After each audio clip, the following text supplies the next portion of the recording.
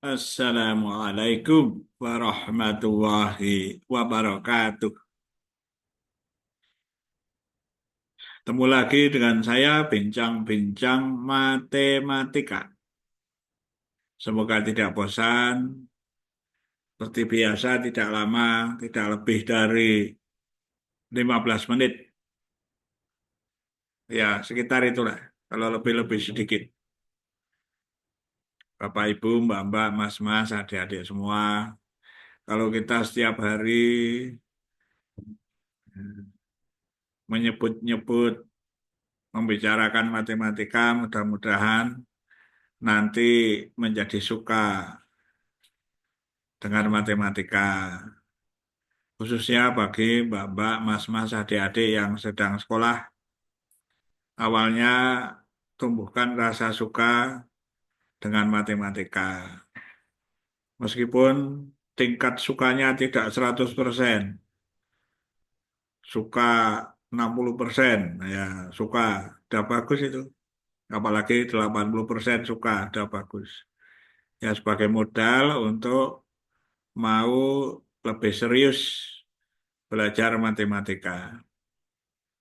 Matematika menggunakan pemikiran, belajar konsep-konsep. Jadi adik-adik, mbak-mbak, mas-mas, juga para guru ya, khususnya ya tentu saja bagi orang tua, wali murid, ya semuanya. Matematika itu konseptual. Jadi yang namanya konsep itu ada sesuatu yang salah satunya itu disebut definisi. Mendefinisikan itu menyebutkan, memberi makna, mengartikan begitu. Misalnya konsepnya untuk bangun sederhana segi empat jajar genjang, konsepnya jajar genjang adalah segi empat yang sepasang-sepasang sisinya sejajar. Itu konsep. Nah itu lalu harus dipahami, ya otomatis ya dihafalkan. Ya apa itu jajar genjang? Bukan sekadar dihafalkan, dimengerti. Ya dipahami maknanya. Nah itu namanya antara lain konseptual itu seperti itu. Kata adalah itu bisa bermakna bolak-balik. Jadi kalau ada eh, segi empat yang sepasang-sepasang sisinya sejajar, itu jajar genjang. Kalau ada orang menyebut katakan jajar genjang itu suatu bangun datar itu tadi segi empat yang sepasang-sepasang sisinya sejajar. Jadi konsep ini berlaku bolak-balik. Nah, jadi seperti itu ya, konseptual itu berlaku bolak-balik.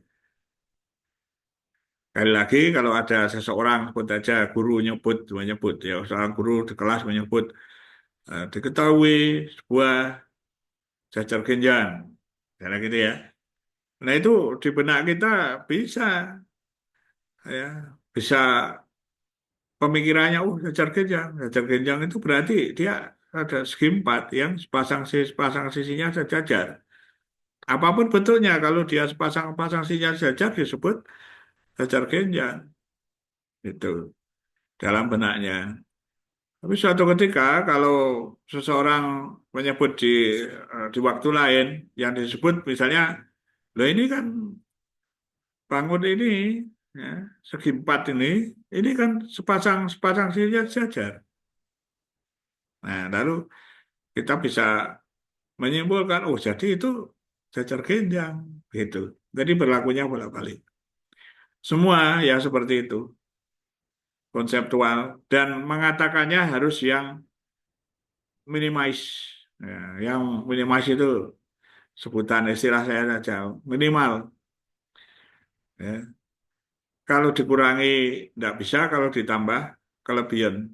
Nah, itu sifat dari matematika itu harusnya berpikir begitu. Maka praktis, mengambil sesingkat-singkatnya dari istilah itu. Yaitu contohnya, yang sesingkat-singkatnya adalah jajar genjang adalah segi empat yang sepasang-sepasang sisinya sejajar. Sudah tidak usah perlu ditambah-tambah lagi. Yang sama panjang, yang sudut berhadapan sama, dan sebagainya tidak usah. Jadi cukup jajar genjang adalah segi empat yang sepasang-sepasang sisinya sejajar. Cukup. Nah, itu konseptual, itu orang dalam menyebut menjadi definisi. Ya, kalau mengenal di matematika ada definisi, lah itu definisi. Nah, sekarang para guru juga harus mikir, definisi itu harus yang seperti itu. Maka matematika itu penuh berpikir. Mau mengatakan saja, mikir gitu ya. Nah, ya memang ada yang sulit, ada yang mudah, itu lain halnya, lain masalah. Tapi konsep atau pengertiannya harusnya seperti itu. Ya, Bapak, Bapak, Ibu, Mbak, Mbak, Mas, Mas, adik-adik semua, belajar matematika adalah konseptual. Nah, sekarang kalau misalnya perkalian misalnya ya, konsepnya bagaimana? Sebenarnya 5 kali 3. Asli konsepnya itu 5 kali 3 itu ya, 3 ditambah 3 ditambah 3 ditambah 3 ditambah 3. 5 kali. 3 tambah 3 ngitungnya begitu. 6 tambah 3 9 tambah 3 12 tambah 3 15. Itu konsepnya. 5 kali 3, tiganya yang di belakang ini, ya, 3 tambah 3 tambah 3 dengan sebanyak 5 kali, 5 kali 3. Kalau 3 kali 5, itu 5 ditambah 5, tambah 5 3 kali. Nah, 3 kali 5. Jadi 5 tambah 5 tambah 5, 3 kali. 5 tambah 5 10, ditambah 5 15. Yang kebetulan ketemunya sama. Nah, nanti berdasarkan konsep itu, karena ketemunya sama, maka 3 kali 5 itu ya sama dengan 5 kali 3. 5 kali 3 ya sama dengan 3 kali 5. Nah, kalau mau diberi nama selanjutnya itu adalah hukum komutatif, ya. Ya, komutatif law, itu ya silakan saja. Tapi itu konsep pengertiannya begitu. Dan cara membuktikan untuk bahwa 3 kali 5 sama dengan 5 kali 3 ya cukup seperti itu. Masuk akal berdasarkan konsepnya. Karena itu bagi anak-anak yang sudah menggunakan simbol-simbol, misalnya 3A, maksudnya adalah 3 kali A. Menulisnya 3A.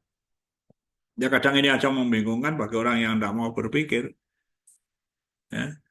3 kali A, kadang ditulis 3 titik A, kadang ditulis 3A. Dan lazim lebih banyak akan menulis 3A. Ya. Ada juga yang 3 bintang A gitu. Ya mungkin di komputer ya 3 bintang A. Ya. Yang lazim 3A. Itu sebenarnya 3 kali A. A-nya di belakang, 3 di muka. Ya. Maka konsepnya A ditambah A ditambah A 3 kali. Ya. 3A itu. Nah, tentu tidak lazim menulis A3. Itu tidak lazim. Ya. Meskipun ya boleh saja. Itu maksudnya A kali 3 boleh. Ya.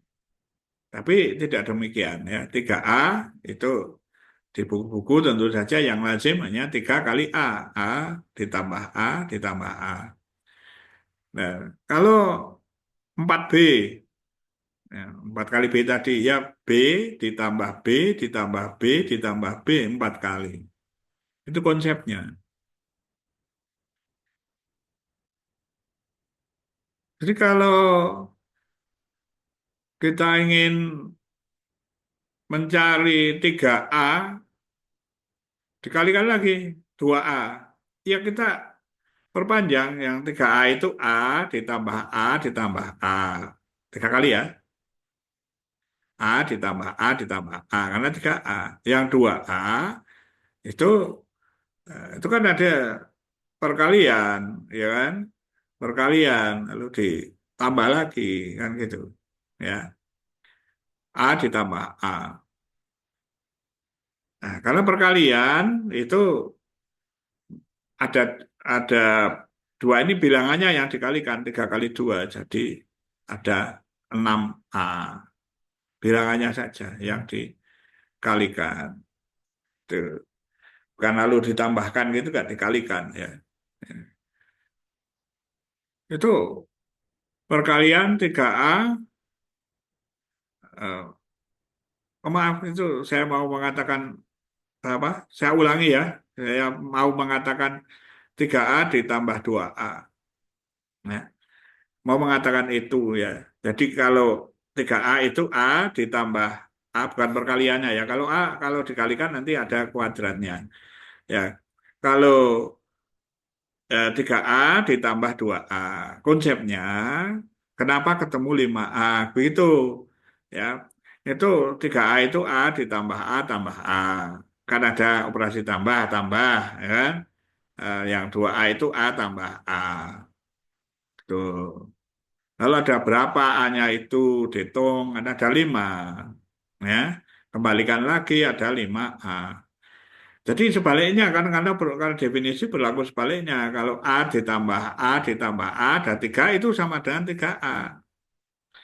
Kalau A tambah A tambah A tambah A sampai 10 kali ya 10A. Begitu. Ya kalau mengalihkan itu ada kuadratnya ya. Jadi 6A kuadrat. Jadi 3A kali 2A itu sama dengan 6A kuadrat. Tadi ada apa eh, mau menjelaskan penjumlahan tapi dengan perkalian ya maaf ya jadi seperti itu bapak-bapak adik-adik mbak-mbak mas-mas ya semuanya matematika itu konseptual maka dengan konsep itu dipahami setelah paham konsepnya silahkan dihafalkan bahkan untuk konsep-konsep awal dihafalkan. Ya kalau misalnya kembali kita mengatakan jajar genjang tadi, yang tadi awal sudah hafal, adalah segi empat yang sepasang-sepasang sisinya sejajar. Ya sambil menghafal itu maknanya dipahami, dimengerti. Nah, lalu pengertiannya mendalam. Ya, nah itulah belajar matematika bermakna, ya konseptual bermakna. Ya tentu nanti ada kaitannya mau dicek apakah persegi panjang itu jajar genjang, nah tinggal ngecek saja. Apakah dia sepasang-pasang sisinya jajar? Ya, berarti dia jajar genjang. Ya, beda dengan bahasa Indonesia. Ya, kalau jajar genjang ya jajar genjang, persegi panjang ya sepersegi panjang itu tidak demikian. Persegi ya kita cek, ya itu segi empat ya.